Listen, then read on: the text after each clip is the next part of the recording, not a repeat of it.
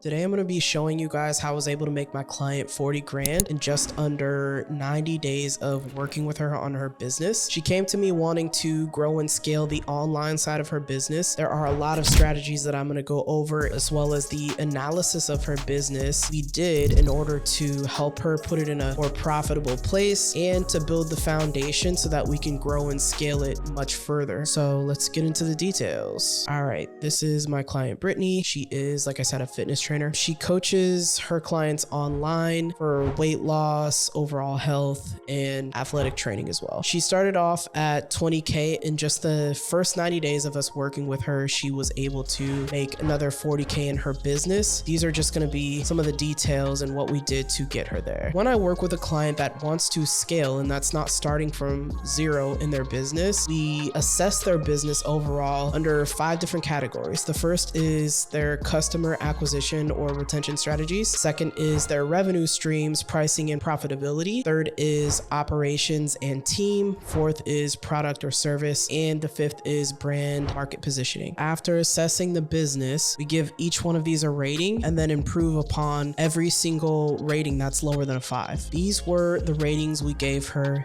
here. Each one of these points are ratings in each one of these categories. So in terms of customer acquisition and retention, she did not necessarily have a scalable strategy for client acquisition in her business outside of just using Google search and networking, which is all organic essentially. This is something that we would look to change if we want to see sustainable growth and if we want her to consistently be making progress in acquiring new clients, as well as retaining the ones that she's already got. So we have a strategy around that we will talk about later. In terms of revenue streams and pricing and profitability, her revenue streams were very profitable, but the product was underpriced based upon market research in her specific niche. We made some changes there. Overall, we rated that at a 3. In terms of operations and team, she had other coaches that were underneath her working with additional clients, but she did not have anyone on the operations side of her business, which meant that she is handling every single aspect of the business, which puts her in a bad position to be able to work on and focus on the more important things like bringing in more revenue. We needed to make some changes there to add an additional layer of operations and team at this level. Under product and service, we gave her a 4. Her product was rock solid. We did find some areas for improvement, which I'll talk about a little bit later, but her product is solid. She's an extremely knowledgeable person in terms of her coaching skills and everything else certification wise. So all of that was great. And then in terms of brand marketing or market positioning, she's pretty solid in terms of her unique selling points and her business, but from the aspect of marketing and how she's displaying herself on the internet and how she's marketing her business in terms of a few other aspects like her branding and what it looks like, the messaging, all of that could use a little bit of work just to bring in more clients that are clearly able to recognize what makes her different from other businesses on the market. I did see some areas or a little bit of area where we can make some changes and improve upon some things. So in just short of 90 days, I'm going to talk about a lot of the changes that we made within her business. She is a busy person. Within our next 90-day framework, there's a lot more changes that we plan to make to help her grow and scale her business, but this is where we're at so far. So in terms of the customer acquisition or retention, we created a masterclass for ongoing client acquisition, which is essentially her displaying her skill sets to others, teaching them how they can live a more healthy lifestyle, what her products and services look like in terms of her knowledge and how she can help people become more healthy in general, how she can help them grow and heal from injuries, things of that nature, just kind of showcasing her skill set and why she is so good at what she does. We wanted to showcase that and give people a chance to get to know her a little bit better on a personality level and then see if they want to sign up for her services. Eventually that will be automated, but she's just starting off. We wanted to have her do a couple of live master classes to bring more people in, see if they can sign up for her services. She had an email list of over 6,000 people she was not leveraging, so I helped her come up with an email sequence strategy to nurture her existing audience, and then I gave her a little bit of feedback in terms of organic social media content strategy as well. So she's started to build up a team to help her do video editing, film more content. And then we also planned on implementing paid ads in the future as well, which will be in the next 90 days. We did not have time for that right now, but that is going to be another place where we are able to scale up her business sustainably once we've got all the messaging right and everything handled from a marketing aspect. So by leveraging the clients that she had in her untapped email list alone, we were able to nurture her existing audience. And then she was able to pull in an extra 40K just just from those client signups, which is crazy, right? This was just in the first 1 to 2 emails that we sent out to her existing audience. That was just a, hey, hello, just want to let you guys know we're gonna start emailing you. Wasn't even anything really too detailed. So once we really start getting hard into the copywriting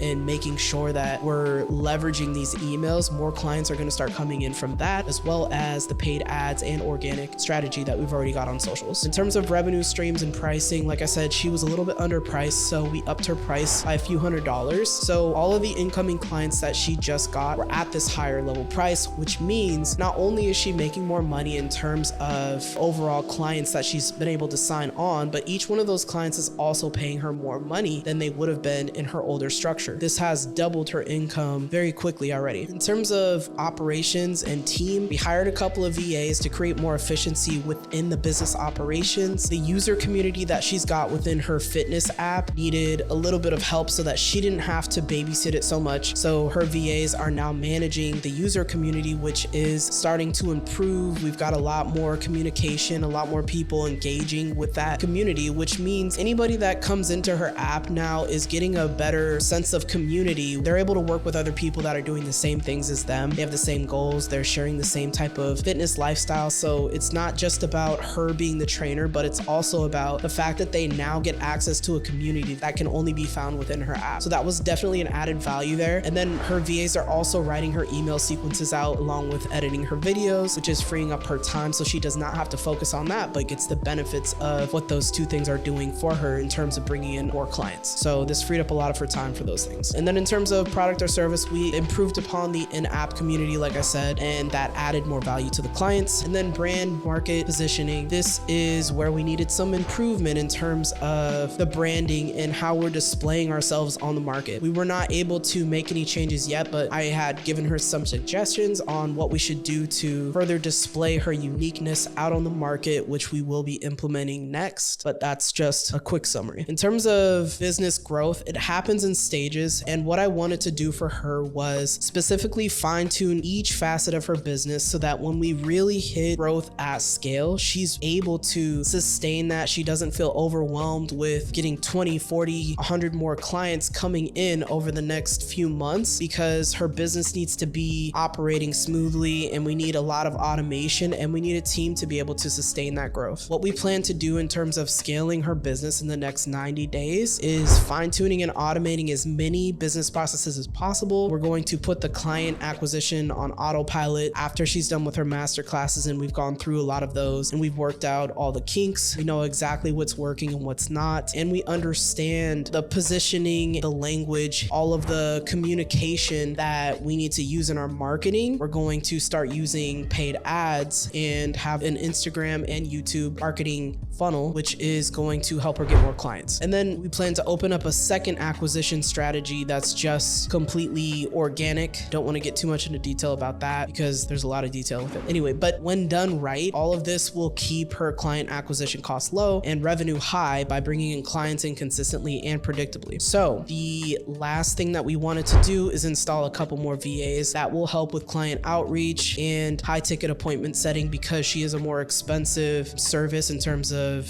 coaching. We want to have them setting appointments for her to make sure that they meet all the qualifications, they're a good fit for her program. And then we also need them for new client onboarding so that they can communicate with the clients, let them know what they have to look forward to, help them fill out all their paperwork and things of that nature. Reflection and optimization. After we've implemented all of these things, what we plan to do in terms of continuing to grow the business is highlighting any strengths as well as areas of growth or areas that need growth, consistently refine the KPIs to ensure we're getting the largest returns possible from a client acquisition strategy that we're using. So making sure that whatever we've implemented is working, and how can we double down on that and continue to do what is working and increase those numbers. Maintaining current customer base is also extremely important. In terms of increasing your customer lifetime value, if you've already got a customer to purchase something of yours, or if you already have a client, if you keep them happy, they're more likely to buy things from you than a new customer or a new client, and they cost less money. So we want to retain the value with the current clients that she's got, make sure that they're happy, make sure that we're adding value to their lives, and make sure that they're happy with the services that they're getting. And not only that, but try to stay a step ahead. What are the things that they're going to need next in their journey, and how can we continue to provide those things for for them and increase the lifetime customer value. So in a nutshell, that's really what we did to add the value to her business, and this is our plan moving forward. So if you guys are looking for someone to help you grow your business, maybe you've been struggling with getting more clients in, or you really want to scale it, our team is really good with finding any gaps that you have in your processes, growing your business. So if you're looking to scale, or just maybe you're making 5K, 10K and you want to grow more, definitely reach out to us, schedule a call. Link is in my bio. Just let me know.